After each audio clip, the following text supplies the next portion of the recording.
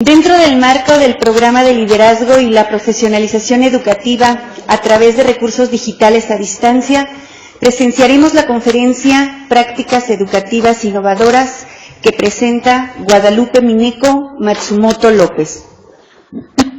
Mineko Matsumoto es licenciada en Psicología, egresada de la Universidad de Guadalajara. Fue docente del idioma inglés a nivel preescolar, primaria, secundaria y bachillerato durante más de 15 años. Ejerció en distintos sistemas, entre ellos bicultural, Montessori y Homeschool en Canadá 2012. Trabajó como coordinadora de la Red de Padres de Familia en Mexicanos Primero, una organización no gubernamental que defiende el derecho de los niños a aprender.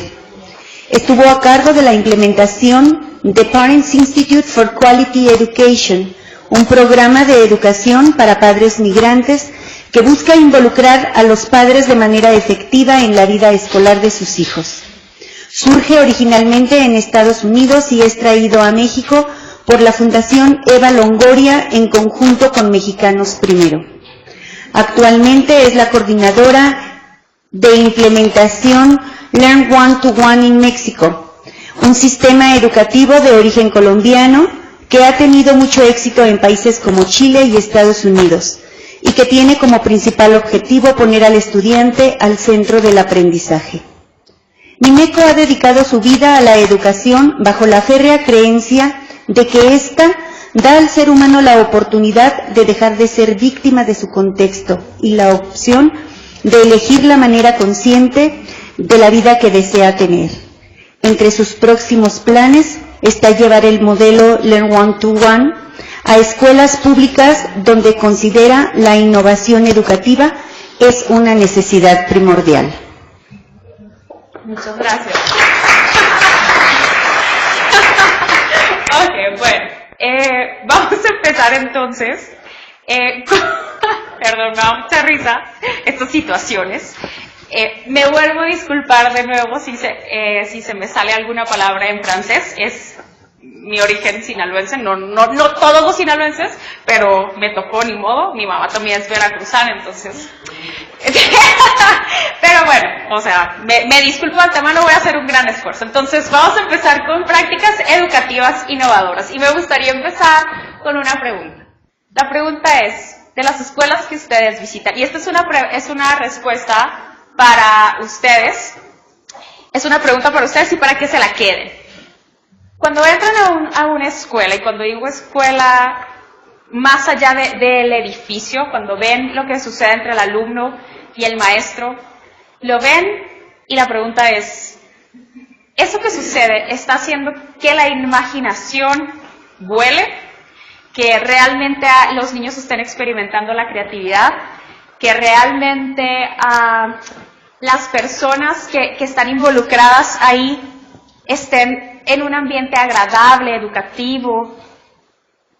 Y lo más importante es, estas escuelas son lo que nuestros estudiantes y nuestros docentes mexicanos quieren y merecen.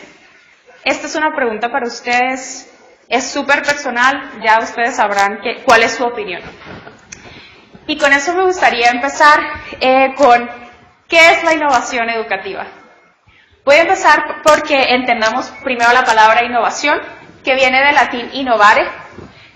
In significa dentro o introducir, nova es nuevo y finalmente tion es acción. Entonces es la acción de introducir algo nuevo. Es importante que entendamos que innovar e inventar no son lo mismo. Innovar significa crear algo nuevo, mientras que innovar es traer algo nuevo, que no necesariamente yo inventé, que quizás me gustó de otro lado. A lo mejor nosotros diríamos, me lo fusilé, ¿no? Pero finalmente el hacer el esfuerzo de traerlo a tu contexto y aplicarlo es innovar. Este es el concepto de Jaume Carbonell, que es un psicólogo social español, y dice, innovación educativa es el conjunto de ideas, procesos y estrategias más o menos sistematizados, mediante los cuales se trata de introducir y provocar cambios en las prácticas educativas vigentes. dice aquí más o menos sistematizados, y nos vamos a dar cuenta por qué más o menos, un poquito más adelante. Y este mismo concepto continúa, y a mí me gusta mucho porque lo hace muy personal. Él dice, la innovación no es una actividad puntual, sino un proceso, un largo viaje o trayecto que se detiene a contemplar la vida en las aulas, la organización de los centros, la dinámica de la comunidad educativa y la cultura profesional del profesorado. Su propósito es alterar la realidad vigente, modificando concepciones y actitudes, alterando métodos e intervenciones y mejorando o transformando, según los casos, los procesos de enseñanza y aprendizaje. Les repito que a mí me encanta porque lo siento tan personal, o sea, siento que le apasiona tanto lo que hace, que te contagia, y finalmente la innovación necesita de esa pasión. Uno de los objetivos que vamos a tener en esta sesión es que ustedes puedan identificar la innovación cuando la ven. Ustedes están en las escuelas, están en el campo donde la innovación está sucediendo y a veces la podemos dejar pasar de largo. Entonces tenemos que tener un ojo súper crítico de que cuando la vemos queremos señalarla y decir, esto es innovación y probablemente la queremos compartir. Uno de los elementos de la innovación educativa es que es un cambio intencionado. No solo sucede, ¿no? O sea, generalmente estamos buscando que mejore algo, que algo cambie, que se transforme. Y este cambio, por lo tanto, como es intencionado, va a ser planificado y sistematizado. Y sistematizado, ahorita vamos a ver que eso es semisistematizado. Los resultados tienen que ser significativos.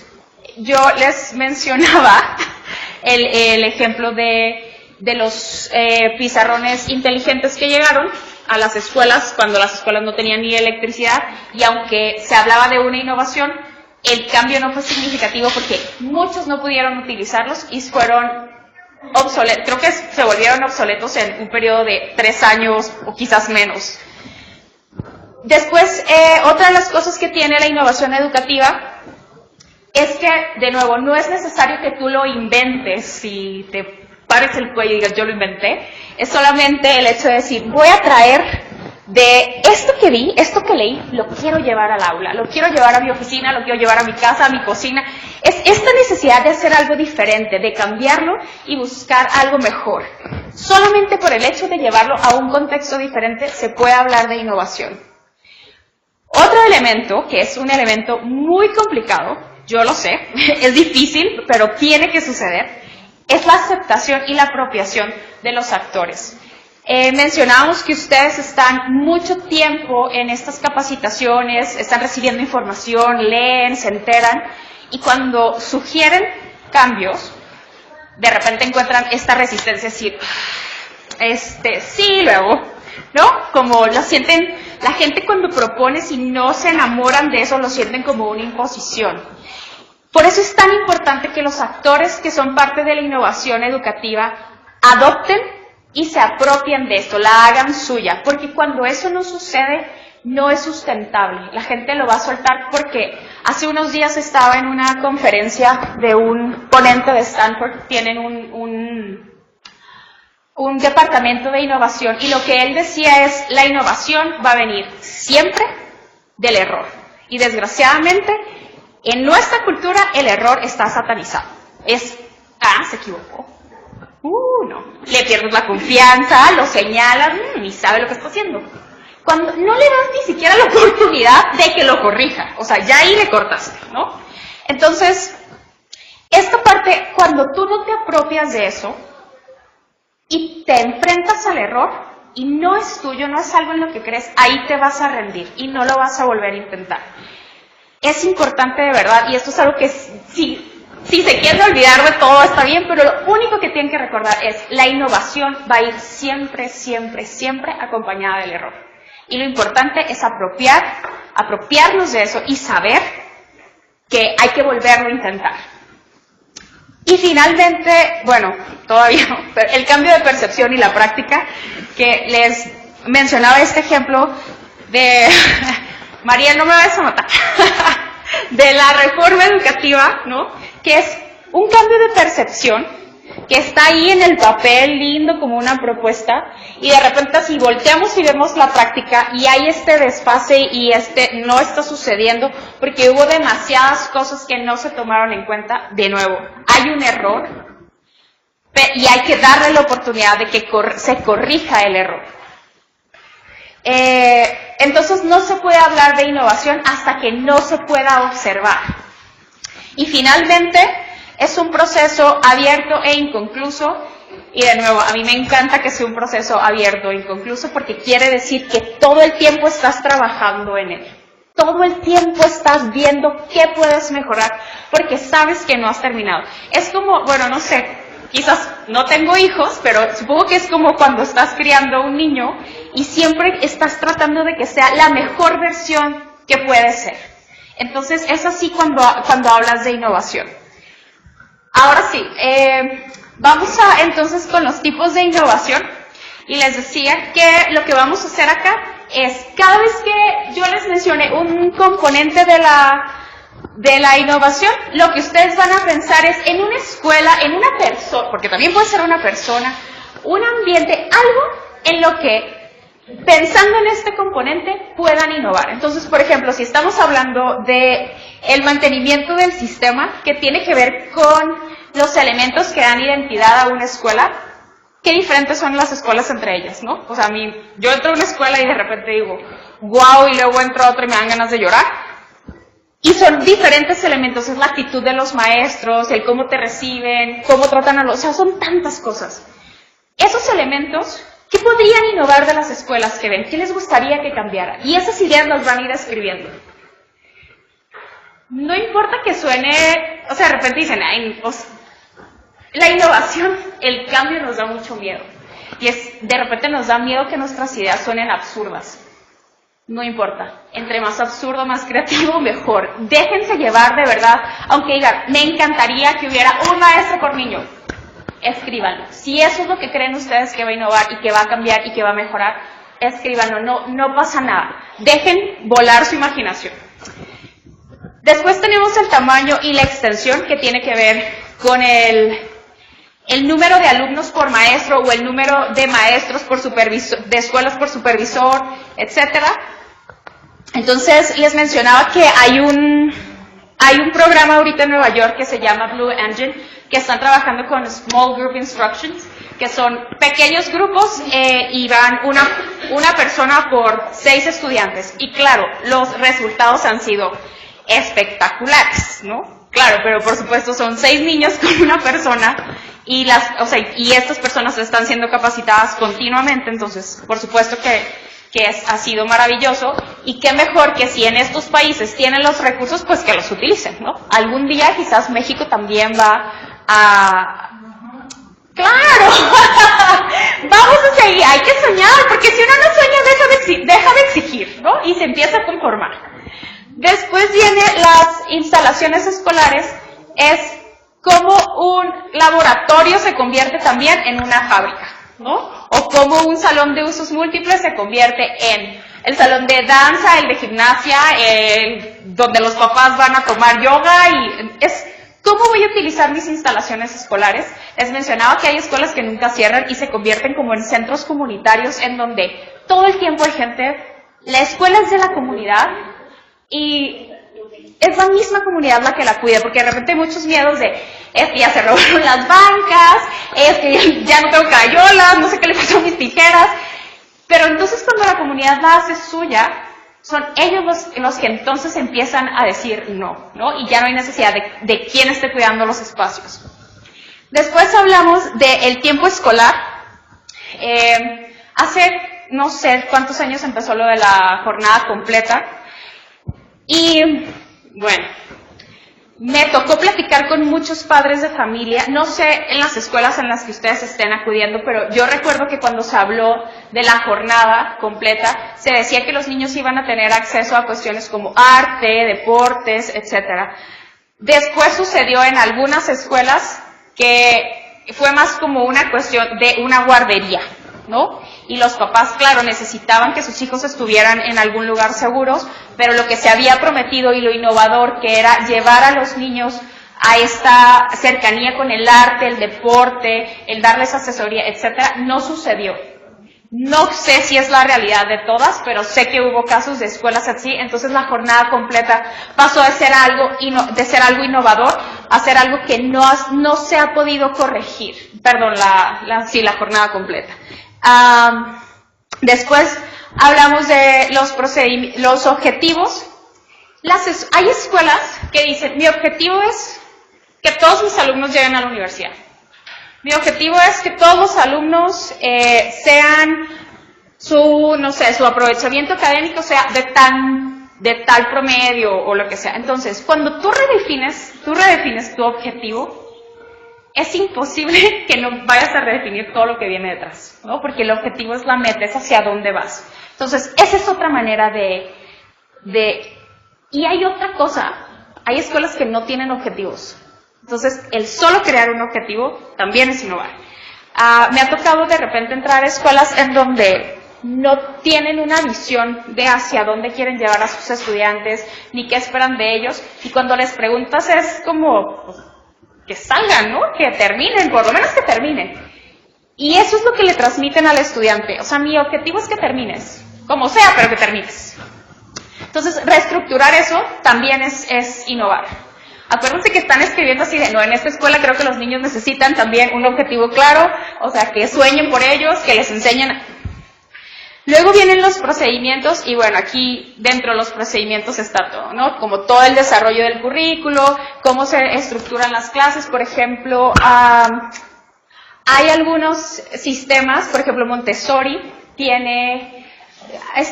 ¿hay alguien familiarizado con Montessori acá? ¿No? Ok. Montessori lo que hace es, la primera vez que entré a una escuela Montessori casi me da el infarto, ¿no? Porque yo venía de lo tradicional y de repente entro y no se oía nada. Pero nada. O sea, estamos hablando de niños de 6 años, 6, 7, 8, 9 años y no oía nada. Yo dije, no hubo clases, ¿qué onda? ¿Qué está pasando? Me habían contratado y me estaban dando como el turno. Entonces me asomo hacia un salón y estaba lleno de niños trabajando. Cada uno estaba en matemáticas, otro estaba en ciencias, otro en geografía, y yo así, ¿no? Es tan impactante. Entonces la estructuración de sus clases no era como, bueno, matemáticas, español, no sé qué, nada, sino que lo que ellos hacen es, los niños eligen la mitad del día qué es lo que quieren trabajar, lo hacen de manera individual y al final tienen una cosa que llaman clases colectivas, en donde comparten lo que han aprendido. Entonces eso es una innovación, ¿no? Es una manera diferente de hacerlo. Después viene la definición de roles, ¿cuál es el rol del maestro en mi escuela? ¿Cuál es el rol del padre, el del alumno, el del director? Y se vale innovar, o sea, se vale decir, ¿sabes qué? A mí el rol de los padres no me está funcionando, porque nomás vienen por su hijo y nomás vienen a las juntas. Y yo creo que ese es el problema así de un montón de escuelas, ¿no? Que ¿cómo involucro a los padres? Y los padres se siguen viendo a sí mismos como, yo solamente voy a firmar boletas y que el maestro los eduque y así estoy. Entonces, el redefinir un rol te va también a traer innovación a la escuela, el involucrar a un maestro no solo como la persona que da clases, sino también que sea quien toma decisiones, quien propone, que voten, etcétera. Eso también es innovar. Los valores, vayan escribiendo sus ideas porque esto les va a servir, al rato en el taller les voy a decir para qué lo vamos a utilizar. Los valores, los conceptos y las creencias que tienen mucho que ver con la visión. Por ejemplo, las escuelas religiosas, bueno, ahí no es muy simple, es como van sobre los valores que la iglesia o la religión les propone. Por ejemplo, en Estados Unidos vino un boom súper fuerte en la parte emocional, como esta educación emocional que ahora está tan en boga, ¿no? Y cuando tú entras a una escuela, me tocó entrar en San Francisco, a una escuela en una zona muy complicada. Entonces tú entras y lo primero que ves es un pasillo lleno de, así gigante, los valores de la escuela. Y en cada salón que entras, todos tienen esos valores ahí. Nada de que en este salón, o sea, nos vale, ¿no? Sino todos van en esa línea. Bueno. Y finalmente está la socialización, en cómo se relacionan entre el maestro, el alumno, entre los mismos alumnos. Les voy a criticar algo que también en el Montessori. ¿Se imagínense un niño de 6 años que le voltea a decir al otro? O sea, yo observando, ¿no? Así, no te permito que me hables de esa manera. Así, me estás faltando al respeto. Por favor, busca otra manera de dirigirte a mí. Y yo así, perdón. O sea, ni yo como adulto lo hago. O sea, ¿qué dijiste? ¿Otra vez? Entonces y esto tiene que ver en el discurso del maestro, en el cómo le enseño al niño a relacionarse con el otro. Me acuerdo que íbamos a las fiestas infantiles que me invitaban de mis alumnos y veías a los niños, o sea, el niño normal está corriendo, no sé, de desastre, y ves que brinca y la mamá va atrás de él. O sea, el niño Montessori es así, me levanto, meto mi silla y me voy a jugar, ¿no? O sea, y es como todo armónico, porque esa es la manera en la que dentro de la escuela se le está enseñando a socializar. Y de repente te puede dar miedo, ¿no? Y dices, híjole, es que es tan diferente el cambio, pero el niño de verdad lo vive como algo pacífico.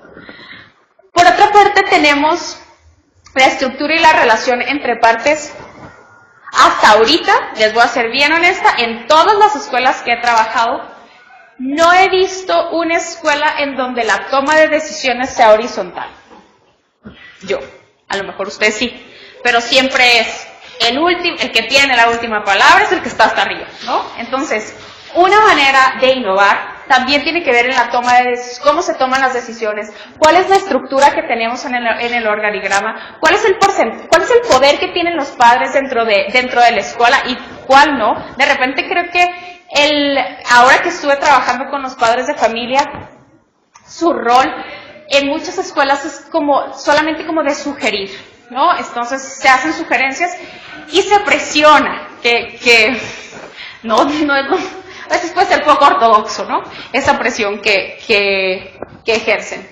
Y finalmente, la conexión entre los sistemas. Por ejemplo, en su momento fue innovador lo que hacían los CONALEP, ¿no? Esta parte en donde los estudiantes están trabajando, pero también están recibiendo educación. Entonces tienen esa conexión entre el mundo laboral y también la parte educativa.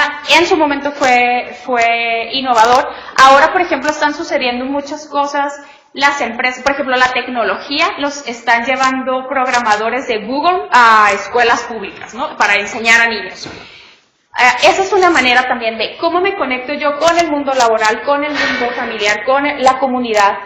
Los huertos escolares es otra manera en la que se están relacionando las comunidades con las escuelas, en donde, por ejemplo, yo empiezo un huerto escolar, pero de repente entro a la casa de mi alumno y ya hay un huerto ahí, y entonces toda la comunidad está trabajando y están incluso cambiando la forma en la que están viviendo, ¿no?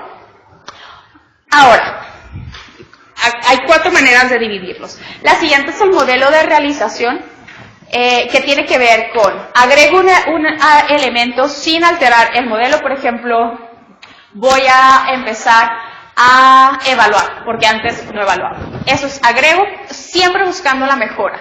Viene el reforzamiento, que es lo que, por ejemplo, yo recuerdo en mis tiempos, back then, los maestros no recibían ningún tipo de capacitación, entonces se graduaban y nunca más volvían, o sea, no regresaban jamás a una capacitación, nada, ¿no? Entonces eso es innovar, es decir, voy a reforzar lo que ya se les enseñó, lo que están haciendo, y voy a hacer que sea mejor en este espacio. Viene la eliminación. Una de las cosas que en las escuelas sucede mucho es el castigo. Llegas tarde, te castigo, hablas, te castigo, no sé qué, te castigo. Entonces, hay escuelas que han optado por quitar el castigo y entonces han empezado a reforzar conductas positivas. Entonces, ahora en lugar de castigar al que llega tarde, refuerzan la conducta del que llegó temprano. Entonces, por decir, el grupo primero B llegaron todos temprano, entonces hay un reforzamiento positivo y dejas de poner tanta atención, porque finalmente, por más que regañes al que llegue tarde, ¿a quién le van a dar ganas de llegar temprano si lo que recibe es una mala cara de por qué llegó tarde? Entonces, bueno, ese es un ejemplo de eliminación. La sustitución es reemplazar un elemento por otro, como este pizarrón. Esto es así, Ni en mis sueños hace 15 años más maravillosos me iba a imaginar que iba a estar utilizando un pizarrón interactivo. Entonces, no es que el pizarrón haya desaparecido, simplemente se mejoró y se hizo la sustitución por algo mejor. Viene la alteración, que es cambiar algo que ya existe. Por ejemplo, antes los maestros eran los que tenían toda la carga de la asesoría pedagógica. Entonces, si tenías un niño que tenía problemas de aprendizaje, también te tocaba a ti. Después se crearon los USAER, que luego se convirtieron en miles de cosas menos en lo que tenían que ser. Hay algunos que, mis respetos, de verdad, he visto unos USAER espectaculares. Y son ahora los ATPs, ¿verdad? Los que están, no sé si estoy equivocada, que son los que están en toda la parte pedagógica, ¿sí? ¿No? ¿Me equivoco? USAER sigue existiendo, muy bien. Ok, y luego viene la reestructuración, que es, de nuevo, ¿no? Es como todo el sistema. Por ejemplo, decidir, no voy a hacer un sistema tradicional, me voy a convertir en Montessori. Y entonces es reestructurar todo, que son, claro, cambios muy profundos y complicados. Y luego viene la intensidad del cambio en el rol del docente. Puede ser marginal, adicional o fundamental. El marginal tiene que ver, no modifico mi rol, y solamente hay un proceso específico que voy a cambiar. Les voy a poner de nuevo, por decir, yo antes estaba evaluando con un papel y preguntas, ahora voy a evaluar con un proyecto.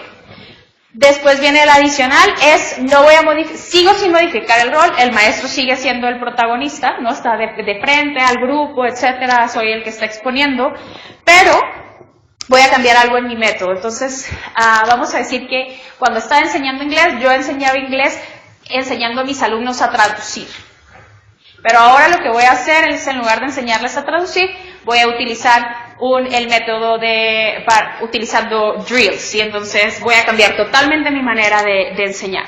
Pero sigo siendo el que está enseñando. Y finalmente, es el fundamental, en donde el cambio del maestro, el rol del maestro desaparece totalmente para convertirse en algo más, que puede ser una guía, un acompañante, un asesor, un analista, etc. Ok, y rapidísimo, la resistencia. Ya sé que cuando uno piensa en innovación dice, pero voy a ir con fulanito de tal y me va a decir que no. Y seguro este maestro se va a quejar de no sé qué. Y si trato esto, los papás no sé qué. Entonces son los siete pecados capitales a los que son como los que nos mantienen así resistentes a la innovación. La primera es la inercia institucional, que es, siempre hemos trabajado así, ¿para qué cambiar? Así está muy bien. El individualismo, eso que, híjole, ¿cómo me va a afectar a mí que esa maestra empiece a hacer eso así? ¿A mí cómo me va a afectar? ¿Voy a tener que trabajar más? ¿Voy a tener que hacer cambios? ¿Voy a tener que aprender algo nuevo? No, así estoy bien. ¿A mí cómo me va a afectar? Esa es otra manera de resistirte a la innovación. El corporativismo habla de los grupos que existen dentro de las escuelas. El departamento administrativo, el departamento de ciencias y humanidades, el departamento de matemáticas. ¿Por qué si el departamento de matemáticas quiere hacer eso? Nosotros no queremos, porque eso implica mucho trabajo. Entonces es hablar de cómo como grupo nos están afectando, nos va a afectar la innovación. Y aquí entran también, cuestiones como sindicatos que de repente están como dos sindicatos en una escuela, etc. La formación del profesorado, a veces no se les están dando las herramientas a los nuevos maestros para visualizar una innovación. Entonces se les entrega las herramientas en un discurso como, esta es la verdad, y con esto te vas a mover. Entonces les cuesta mucho trabajo después hacer las cosas distintas. Después viene la intensificación del trabajo docente y control, lo que les decía, ¿cuánto me va a implicar a mí este cambio? ¿Voy a tener que trabajar más? Porque tengo mucho trabajo ya. Entonces, y es cierto, la verdad es que un cambio siempre de inicio va a implicar más trabajo. Pero después, el cambio va a valer la pena. El clima laboral, en mi experiencia, creo que solamente una vez de todas las escuelas en las que trabajé, realmente había un equipo de maestros. En el resto, cada uno era así como yo, contra el mundo y ustedes. Entonces, de repente hay climas laborales que no propician la innovación, porque cuando alguien llega con una idea nueva, lo primero que te van a decir es, eso no se puede. No, porque los papás, y es que no conoces a los alumnos, no conoces el contexto, entonces siempre es, tú no sabes. En lugar de pensar, déjame ver cómo le podemos hacer para que eso suceda. Y por último, la falta de apoyo en la administración educativa. Y eso yo creo que ustedes lo saben mejor que yo. Entonces, ahora sí, todo esto que les acabo de decir, les voy a dar un ejemplo y los voy a invitar a que conozcan este modelo que se llama Learning One-to-One. Imagínense una escuela en donde no hay grados, no hay grados escolares, están divididos por niveles de autonomía, en donde el maestro dejó de ser maestro para ser un analista, solamente acompañarlos, y los niños están todo el tiempo trabajando en algo que les apasiona. Estas dos personas son esposos, son dos españoles que llegaron a Colombia, de apellido Fontán, y empezaron con un laboratorio educativo en donde les llegaban niños con problemas de aprendizaje, o era lo que les decía. Entonces ellos lo que se dieron cuenta es que lo que estaba pasando es que el sistema les estaba fallando. Entonces empezaron a investigar cómo podían enganchar a los niños en la educación de nuevo.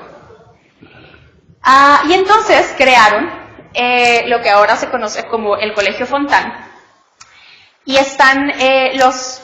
desaparecieron los grados y empezaron a dividirlos por el nivel de autonomía. Entonces están divididos en unos bodegones así grandes como estos, que son solo cristal, entonces están iluminados. Los niños tienen como un pequeño cubículo y están divididos en el explorador, investigador, innovador, ascenso, avanzada y superior, que tiene que ver qué tan autónomo y autodidacta es el niño para trabajar. Dentro de estos talleres están los analistas. Y los analistas son especialistas en diferentes áreas. Las materias desaparecieron y se crearon áreas de interés. Entonces están el analista de humanidades, el analista de comunicación, el analista de matemáticas, de arte y me falta una, ahorita me acuerdo. Y luego viene, entonces, cuando los estudiantes se conocen con el analista les hace un perfil. Entonces les pregunta si, por ejemplo, platícame qué te gusta hacer. Leer. Ok, te encanta leer. ¿Sobre qué te gusta leer? Sobre literatura romántica. Ok, perfecto. Entonces yo ya sé que le gusta la literatura romántica. Oye, ¿y a ti qué te gusta más? ¿Escribir, dibujar, no sé, contar, diseñar? ¿Qué te gusta? ¿Construir con las manos? Platícame. Me gusta resolver problemas matemáticos. Perfecto. Entonces yo ya sé que a ella le encanta la literatura, le gusta leer, que ya esa es una herramienta que sé de la que me puedo agarrar. Ya sé que le gusta resolver problemas matemáticos. Entonces, a mí, la SEP me dice que soy el analista de ciencias. ¿Qué voy a hacer yo si a ella le gusta leer, o sea, la literatura, no sé qué? Entonces yo voy a buscar un camino para que ella pueda aprender sobre la literatura romántica, pero desde el punto de vista de la ciencia, ¿no? Entonces, por ejemplo, a lo mejor a ella le encanta leer sobre el amor, etcétera, pero entonces yo lo que voy a hacer es, si le tengo que enseñar sobre el sistema nervioso, entonces ella va a leer sobre cómo el amor afecta en el sistema nervioso. Y entonces le voy a ir encontrando el camino para no perder de vista lo que a ella le apasiona, que es esta parte romántica y cómo le gusta, no sé, la poesía, etcétera, ¿no? Entonces, oigan, el pizarrón y yo nos estamos llevando bien, ¿no? Cada vez que le hago así, me la cambia. Entonces, bueno, se hace este diagnóstico inicial para que yo como analista pueda diseñar una guía que tenga que ver con el interés del alumno. Esta guía está dividida en 4 opciones, está dividida en 4 etapas. Antes de eso, la guía empieza diciendo, ¿cuál es mi objetivo con este alumno? ¿Qué es lo que quiero que logre? ¿Qué competencias quiero desarrollar? ¿Cuándo va a iniciar y terminar esta guía? Las guías generalmente duran 30 días para que las hagan. Es como aquí sería un bloque, ¿sí? Y finalmente la planeación. El estudiante desglosa cuánto se va a tardar en cada etapa. Y él es el mismo que está monitoreando su avance. Entonces a ti como analista, ya no eres un maestro, ya no te toca estarlo acarreando, ¿no? Ya es él el que dice, yo voy a terminar en tal fecha, y no tiene que ser necesariamente con la fecha del otro. Las 4 etapas de las guías está el punto de partida en donde el estudiante explora, engancha y crea hipótesis sobre lo que va a aprender. Entonces, ¿qué es lo que sé yo de este tema? Por ejemplo, ¿qué sabes del romanticismo? No, pues es que conozco estos autores, he leído tales novelas. Después viene la investigación, en donde el niño no solamente busca información sobre lo que va a aprender, sino que la procesa. En esta parte los niños escriben, no sé, hacen cuadros sinópticos, hacen mapas conceptuales, diagrama de árbol, diagrama de flujo. Entonces empiezan a procesar toda la información para analizarla y sistematizarla. Una vez que la información ha sido ya procesada, el niño entra entonces en el desarrollo de la habilidad, y en esta parte de la guía tienen que hacer, crear, resolver, explicar. Es toda la parte práctica de decir, ok, ya lo que aprendí, ¿cómo lo voy a llevar a la práctica? Y finalmente viene la última parte, que es la etapa de relación, en donde esto que aprendí, ¿cómo lo voy a llevar a mi realidad? Entonces, nada de lo que el niño hace se queda en el cuaderno.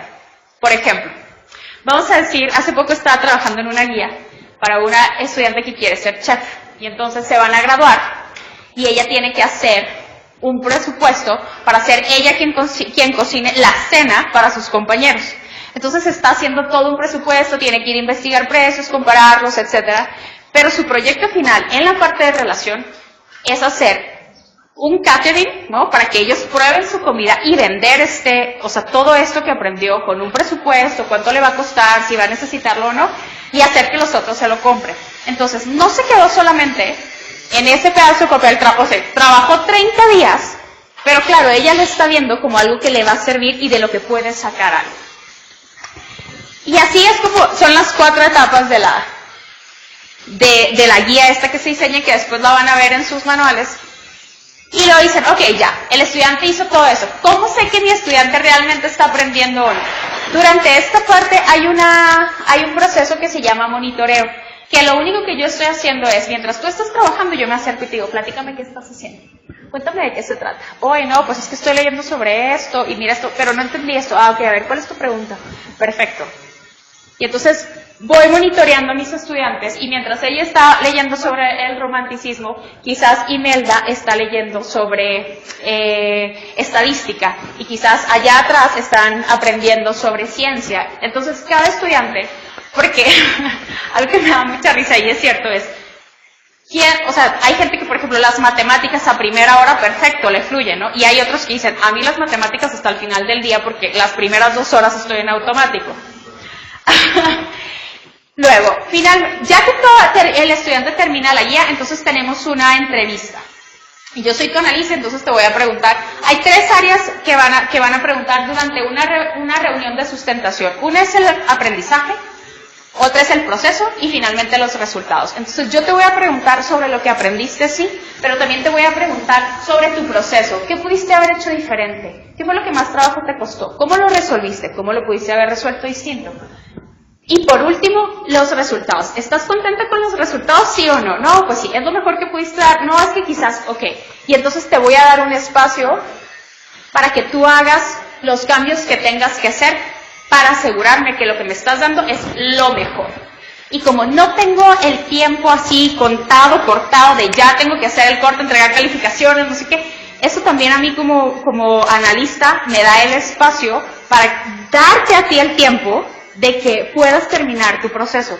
Porque si algo tiene la reprobación, es que tiene que ver con el tiempo y no con la capacidad del niño. Porque si tú dices, es que tú tienes que aprender a leer para el 15 de noviembre, y no aprendiste, y estás reprobado, pero quizás ibas a aprender el 18, pero ya te reprobaron. Entonces ya tienes el estigma así de, me reprobaron. Dentro de este sistema hay un tutor, que es la persona que se encarga de como la parte emocional del niño, acompañarlos, escucharlos, darles consejo, guiarlos, ¿no? Que es mucho, creo que ustedes también tienen tutores en el bachillerato, sobre todo, bueno, me tocó ver el tutor que es el que, ¿no? Trabaja con los padres, etc. Ahí en secundaria también, ya. Bueno, Y entonces uno piensa, eso nunca va a suceder, o sea, jamás voy a poder llevar eso a mi escuela porque, claro, ellos tienen acceso a la información, tienen computadoras, mira. Les voy a platicar de esta escuela pública que se llama Santa María, está en las afueras de Bogotá, en una zona semi-rural, bueno, como, ¿qué será? Pues entre que la ciudad y el campo, así, como Cholula, más o menos, en Puebla.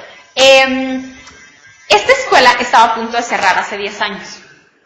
No tenía alumnos y obviamente el nivel académico estaba por los suelos.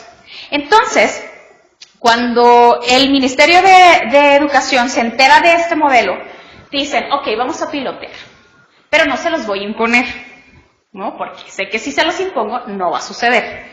Entonces lo voy a poner ahí al aire, voy a dar 10 lugares para el que quiera sumarse. Y esta escuela, claro, se la iban a cerrar. Entonces dijo yo, pues no, así dando patadas de ahogado, dijo, no, pues va, vamos a ver qué podemos hacer. Y entonces se suman a este modelo. Claro, nosotros no tenemos internet, no tenemos computadoras y nuestros niños no van a traer laptops. ¿Cómo le podemos hacer? Y entonces empezaron a innovar. Crearon agendas, empezaron a diseñar agendas para que sus niños pudieran planear, pudieran llevar un control de lo que estaban haciendo. Se organizaron de tal manera que no hay grupos, sino a cada analista se le dio un espacio y entonces los niños se apuntan cuándo van a tomar esa clase y entran con ellos.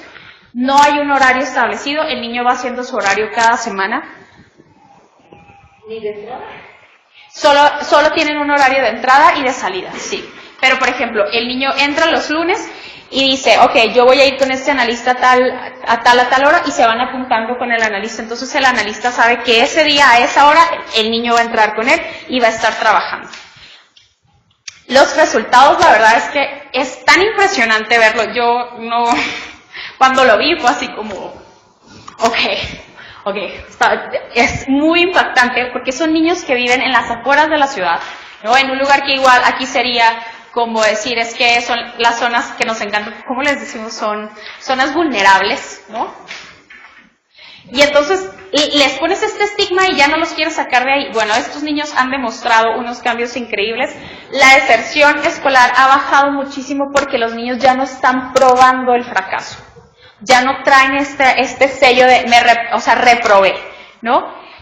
No escuché un solo niño echarle la culpa a un maestro, de decir, es que me reprobó, es que no me dio, es que no hizo, es que él no me enseñó. Entonces fue así como, ¿no? Impresionante. Entonces la reprobación, pues obviamente ya no existe, porque estás respetando el ritmo del niño. Y el niño te dice, ok, yo voy a terminar en tal parte o en tal fecha, y es él el que decide cuándo terminar. Viene después la excelencia, como estás retroalimentando todo el tiempo y solamente estás monitoreando, los resultados han subido muchísimo de nivel. La lectura de comprensión, ya no le estás entregando todo, o sea, esto que yo estoy haciendo, ¿no? Que yo sé que es muy cansado estar solo sentado escuchando al otro, pero cuando te pones a leer hay muchas cosas que suceden y estos niños están leyendo todo el tiempo. Y de verdad se los digo, todo el tiempo. Y claro, entonces, las pruebas estandarizadas en un periodo de 10 años pasaron de ser lo más bajo a estar ahorita en el nivel más alto, que es muy superior dentro de los estándares del Ministerio de Educación. No sé si hasta aquí tengan ustedes preguntas. Ahora sí, venga. Come on, ¿no? Debe de haber muchas preguntas sobre este modelo. O sea, es súper... Yo cuando lo vi me causó conflicto. Porque ves al maestro, ¿no? Al analista, con un alumno nada más, y tú dices, o sea, no está haciendo nada, porque los demás, ¿qué? Y te acercas al niño y el niño te dice qué está haciendo, y te lo explica, y te acercas con el otro y el otro te dice perfectamente qué está haciendo. Y no son niños hijos de empresarios, ni niños que vienen comidos perfectamente, o sea, son niños que se enfrentan a una realidad como las de nuestros niños en este tipo o sea, no es un país no es Finlandia, vaya, ¿no?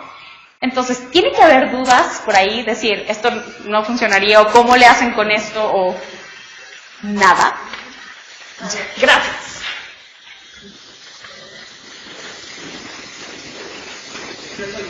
Sí.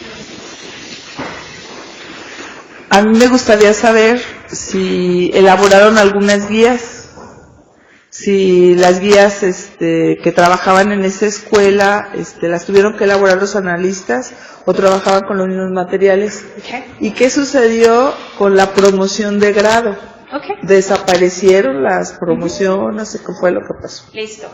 Las guías de entrada, Fontán, que era el colegio privado que estaba invitándolos a innovar, se las entregaron hechas. Por supuesto que eso no funcionó. De nuevo, el error. Al innovar hay que equivocarse. Y entonces los analistas dijeron, es que esto a mí no me sirve, porque aquí dice que tiene que ver un video, mi alumno no tiene acceso a internet. Entonces empezaron a hacer adecuaciones, y cada alumno implica una adecuación para el analista. Los agrupan también porque hay alumnos que son muy parecidos y entonces, sobre todo en cuestiones de intereses, y van haciendo adecuaciones y comparten guías y pueden trabajar en parejas, etc. Sobre la promoción, qué bueno que lo mencionas, la diferencia acá es que a ustedes nos dicen, en tal fecha tú me tienes que decir si pasó o no, ¿no? Y entonces allá todavía les dan un poco más de, o sea, el estudiante puede cambiar de grado sin importar la fecha. Esa es la gran diferencia, ¿no? O sea, como tú puedes cambiar de grado en diciembre, puedes hacerlo en septiembre, lo puedes hacer en junio, y entonces el niño sí va avanzando de grado, pero los cortes que hace el ministerio son distintos. Acá. En este caso, ¿cómo está estructurada la mañana de clase? Porque esa estructura de que se les deja un espacio para que ellos, de acuerdo a su interés, de acuerdo a su necesidad, vayan a donde les nace aprender. Pero ¿dónde está la presencia del maestro? Yo como sí, nosotros. Sí, ¿Dónde está? Ok. Mariel, levanta, mi equipo por allá atrás, levanta la mano, allá. Gracias, hola. Mariel, por ejemplo, es súper buena en lo que son cuestiones de literatura, Susi escribe, Mariano es buenísimo en la adecuación, etcétera, ¿no? Entonces, ellos serían mis analistas, y todos nosotros somos un grupo, ¿no? Entonces, yo tengo 5 analistas en este grupo, que son súper buenos en el área que les tocó. Entonces, yo soy un alumno, llego, y digo, ok, ¿qué voy a hacer, no? Hoy lunes voy a planear mi semana. Y entonces digo que el lunes voy a trabajar tantas horas de matemáticas, voy a trabajar tantas horas de no sé qué, tantas horas de... y así lo voy planeando. Yo ya tengo mis guías y entonces sé cuánto tiempo me va a tomar hacer cada guía. ¿Sí? Y entonces yo más o menos sí le calculo y digo, en esta guía me voy a tardar tanto, hoy voy a terminar esto, entonces empiezo a hacer mis metas y planear. Y me acerco con mi analista, en Fontán lo hacen por internet, porque todos tienen. Pero en Santa María, donde no hay internet, los niños se apuntan en la agenda del maestro y saben que están trabajando con él. Entonces, entro al espacio, me siento y me pongo a trabajar. Y yo sé que uno no puede creer que los niños realmente se van a sentar a trabajar, pero están tan enganchados en lo que están haciendo. Y entienden que cada minuto que pierden es algo en lo que se van a quedar atrás, que de verdad llegan y se sientan a trabajar. Es una cosa impresionante. Y cuando tú les dices, ¿te costó trabajo el cambio? Sí me costó trabajo. Hubo otra escuela que no recuerdo ahorita el nombre, pero está en Medellín, y cuando les hablábamos con el director le decía, el primer año esto fue, o sea, horrible, pero, o sea, casi lloraba el hombre, ¿no? Entonces teníamos internet y los niños se ponían a jugar, a ver Facebook, o sea, no estaba funcionando. Y entonces tuvieron que hacer cambios para adecuar el modelo y que los niños estuvieran realmente trabajando. Pero fue un proceso en esta parte de adoptarlo y hacerlo tuyo. Y ahora, por ejemplo, cuando hablas con los niños de Santa María, ellos te dicen, o sea, yo antes no hacía nada. Yo me sentaba y al maestro no tomaba notas, me valía. Y al final le pedía las notas a alguien y pasaba el examen y listo. Pero ahora estoy trabajando todo el tiempo. Y yo sé que no puedo parar de hacerlo, porque si lo hago, y estas son palabras de niños, porque si lo hago me quedo atrás y no termino. Entonces la verdad es que es muy impactante.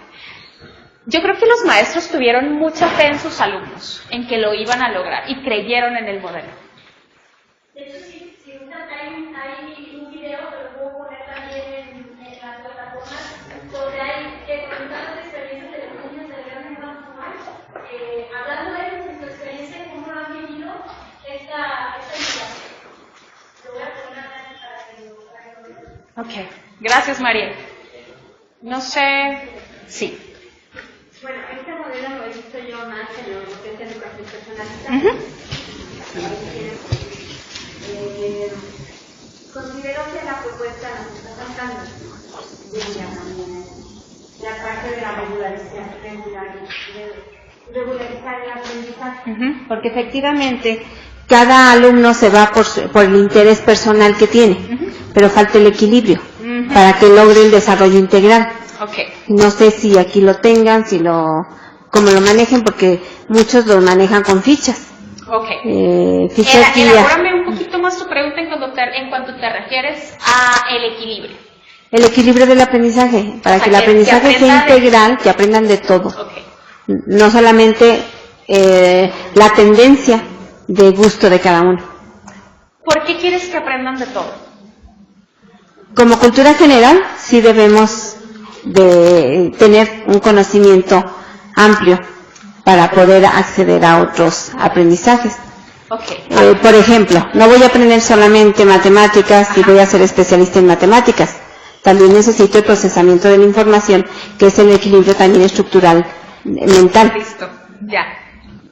Por eso no hay materias. Sí, acá. No sé. Sí, ¿no? Bueno, voy acá. No es que los niños no vayan a aprender otra cosa, por eso están por áreas. Sí tienes que cubrir un currículum, ¿no? Pero ese currículum, lo que yo como analista voy a hacer es enfocarlo en algo que a ti te interesa. Difícilmente un niño va a tener solamente un interés. No es, híjole, o sea, los niños son súper curiosos y quieren aprender muchas cosas. Difícilmente va a ser solamente uno y siempre por eso los analistas tienen un perfil también muy especial y son muy duros a la hora de elegirlos, porque tienen que ser capaces de poder conectar lo que el currículum les pide con el interés del niño. Y por supuesto va a haber momentos en los que no lo vas a lograr, pero vas a tener la oportunidad. Una de las cosas aquí, y qué bueno que mencionaste lo de la educación personalizada, no es lo mismo ser personalizado que ser centrado en el estudiante, porque yo puedo trabajar uno a uno, pero yo te sigo diciendo qué hacer. Entonces, es como... Ajá, claro, o sea, es como, dame un segundo porque vamos acá, y entonces es como no es lo mismo, solo como para que quede esto claro, los estudiantes dentro de este modelo toman muchas decisiones, están decidiendo el qué, el cómo, el cuándo. Por ejemplo, las guías son una propuesta y el estudiante puede decir, oye, ¿y qué te parece si mejor le metemos esto? Y entonces el analista y él pueden construir juntos también sus guías. Entonces creo que eso es, yo por ejemplo en el Montessori, que es la madre de la educación personalizada, tiene Pierre Ford y Montessori van súper, sí, no de la mano. Yo lo que llegué a ver lo que sucedía eran estas fichas y estas guías, ¿no? Entonces las fichas ya estaban hechas, las guías ya estaban hechas, el proceso del estudiante era diferente. Estoy de acuerdo que es muy similar, yo también de hecho cuando lo vi, lo primero que pensé fue en eso, ¿no? Es decir, se parece muchísimo a esto, pero creo que el plus y el valor agregado que tiene este modelo es esa parte del estudiante de decidir y de intervenir en su propio aprendizaje. Es mi manera muy personal, quizás me falta como ser un poquito más profunda en la explicación del modelo. La verdad es que son tantas cosas las que suceden en un modelo educativo que quizás me quedo corta en la explicación, pero no sé si fui un poco más claro, quizás no. Si no, bueno, ahorita lo retomamos, a lo mejor voy acá y luego acá.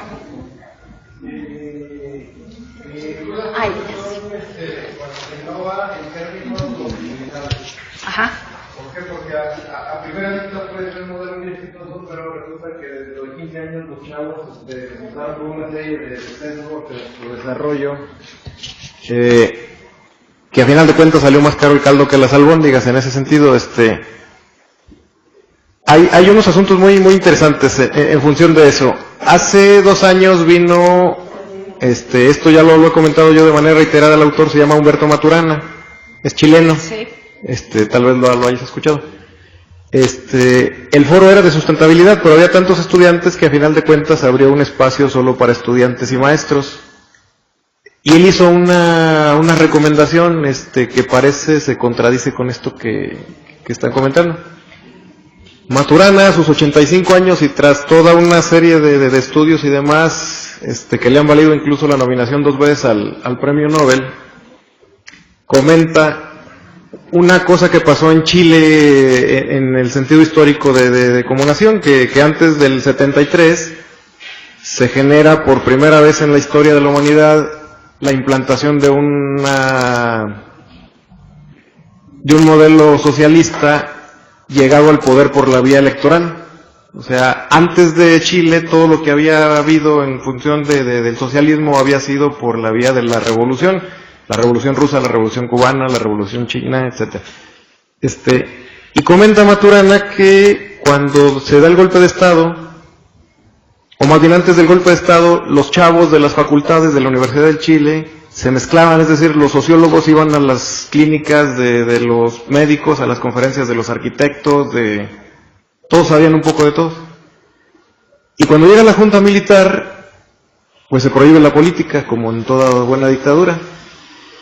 Y el acto de hablar 2 personas para alguien que está paranoico es política, entonces se prohibió que los médicos exclusivamente iban a los asuntos de medicina, los arquitectos a los... Y él dice que en México y en América Latina en particular y en el mundo en general se está dando un fenómeno donde ya no conoces ni a tu vecino. Ujú.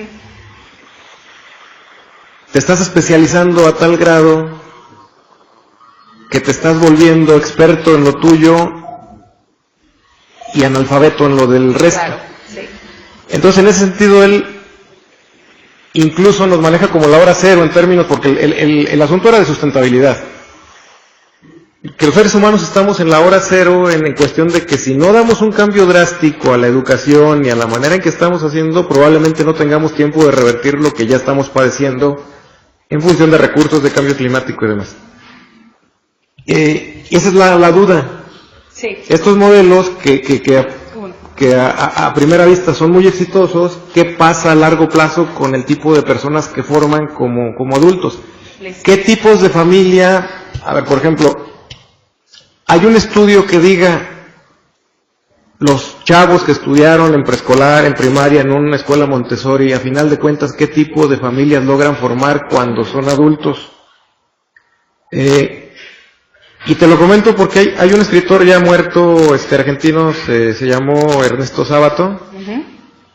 que él dice que la ciencia no te enseña a vivir, Ujú. que la ciencia para lo único que ha servido es para ponernos, otra vez como dice Maturana, al borde de la extinción como especie y en la fulminación del planeta como entidad viva. Entonces que la ciencia no es el camino de la educación, porque la ciencia no te ayuda ni a vivir ni te ayuda a entender cómo morir. Entonces ahorita hay un asunto de tipo filosófico muy complejo que se tiene que abordar, porque finalmente estamos, y algunos no lo creen, pero bueno, ya el planeta como que nos está diciendo que sí la creamos, por ese lado. O sea, ¿qué es lo importante? Cientificizar el asunto y llevarnos o rehumanizar este proceso que, entre otras cosas, se aceleró por el Internet. O sea, en los últimos 15 años has tenido una serie de cuestiones que eran impensables hace 15 años, pero que tal vez el 80% no son lo que tú querías. Sí, gracias. Yo hice esa misma pregunta. ¿Qué pasaba con esa parte? Cuando lo vi, fue lo primero que pregunté. A mí también me llamó mucho la atención. Y efectivamente era algo en lo que el modelo no estaba pensando. O sea, voy a ser bien honesta, No, de parte de... Creo que cuando innovas hay muchas cosas que se te quedan fuera. Y eso fue lo primero, cuando yo lo vi en Colombia, fue lo primero que pregunté. Y los alumnos también lo mencionaron. Hay mucha gente que es la primera vez que veo, a pesar de que estamos aquí todos los días. Entonces, Una de las cosas que en México estamos pensando es justamente esta parte humana, en cómo vamos a conectar al alumno con el otro, cómo vamos a hacerlos pensar en su comunidad, y creo que esa parte en la que nos vamos a enfocar fue la última parte de la guía que tiene que ver, o sea, como... Yo creo mucho en la socialización, por ejemplo, del aprendizaje, ¿no? El que tú estás viendo una cosa y yo estoy viendo lo otro, entonces cuando lo hablamos creamos algo mucho más grande, y creo que eso no se debe de perder.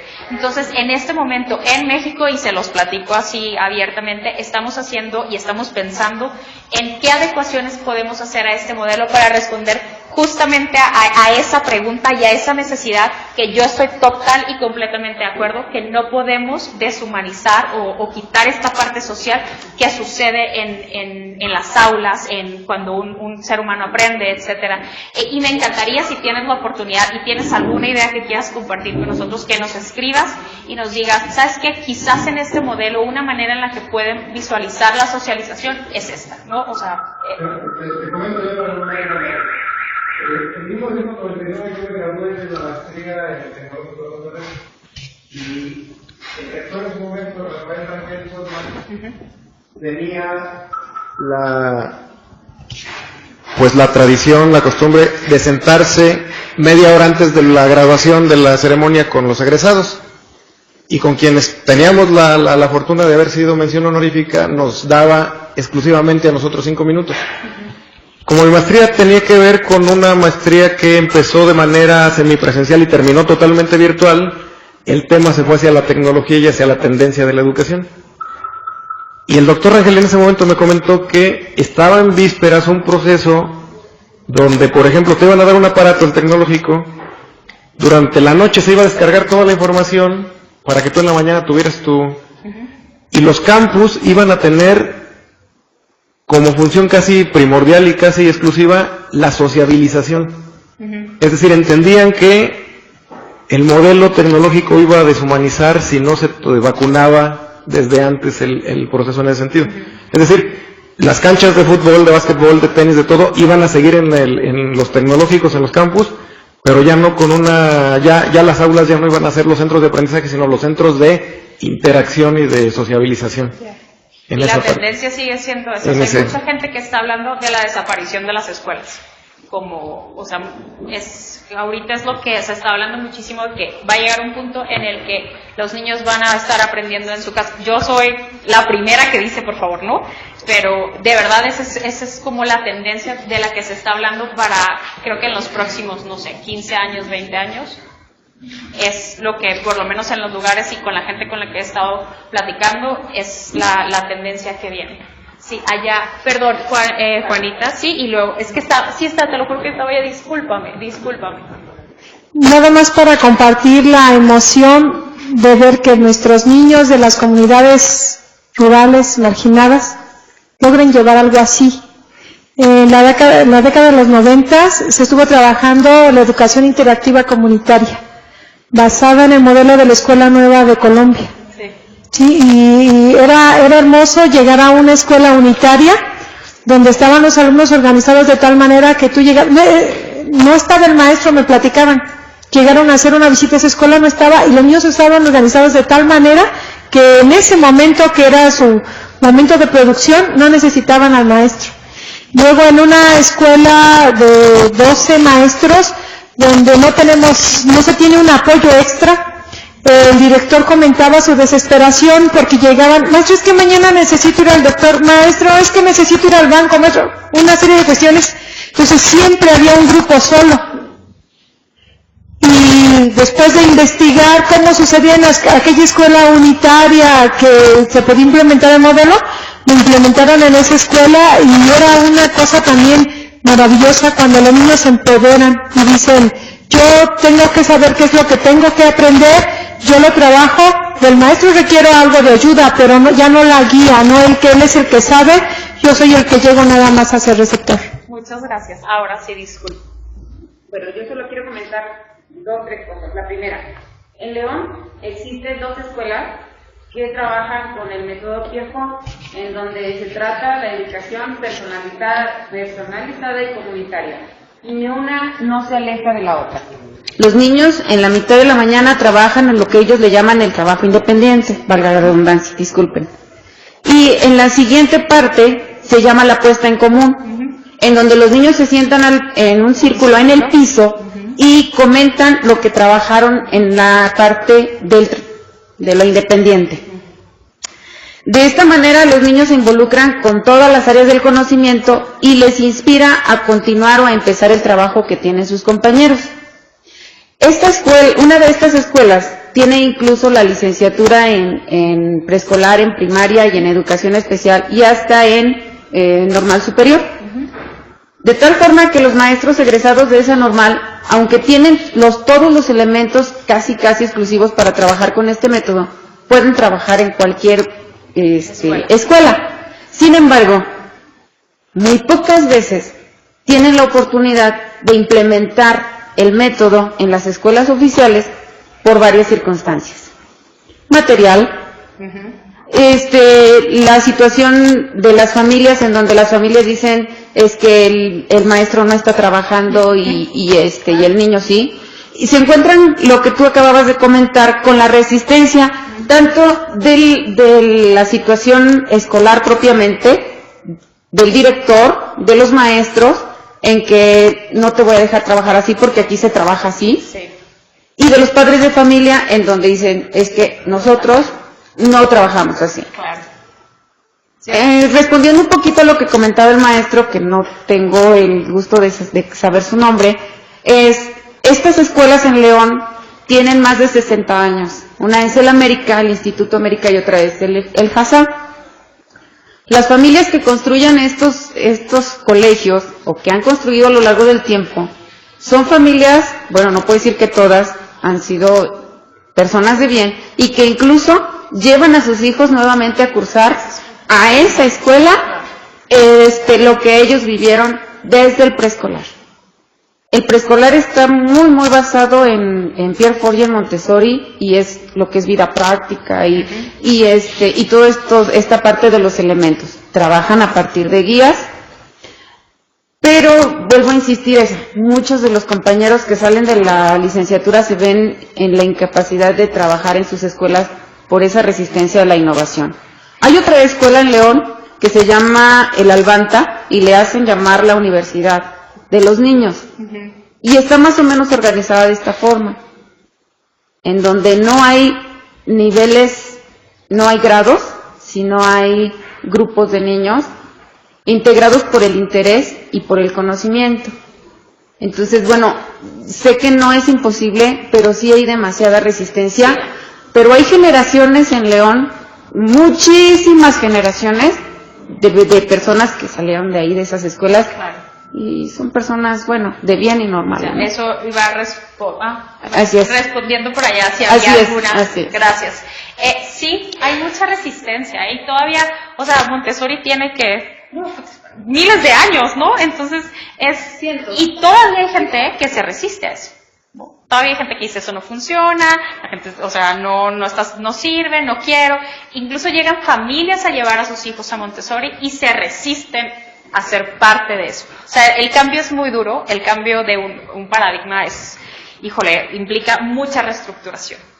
Bueno, con esto yo voy a terminar. La verdad es que ojalá, lo único que quiero cerrar es invitarlos a que ustedes tienen muchísimas cosas en sus manos, más de las que creen, y pueden hacer más cambios de los que se imaginan. No es fácil, me queda clarísimo, y de verdad te tienes que enamorar de lo que crees, porque si no están enamorados, apasionados, no es suyo el cambio que quieren hacer, no va a suceder. Se van a rendir en el primer error al que se enfrenten. Entonces, ojalá que de verdad por lo menos se lleven esta cosita de decir, híjole, ¿qué podría cambiar? ¿En qué puedo innovar? Porque si se dan cuenta, no necesitas hacer así una reestructuración gigante para innovar. A veces cosas tan chiquitas como el caso de Uber te pueden dar así un boom enorme de un cambio que ni te imaginas, solo moviendo una pieza, ¿no? Entonces, bueno, por mi parte es todo. Muchísimas gracias por tu atención, y no sé si vamos a tener un break antes de empezar con la siguiente. No, bueno, puedo, párense, por favor, ¿no? Así vamos a oxigenarnos. Sí, vamos a empezar, sí, levántense, dense una vueltecita, no sé, pero sí. O sea,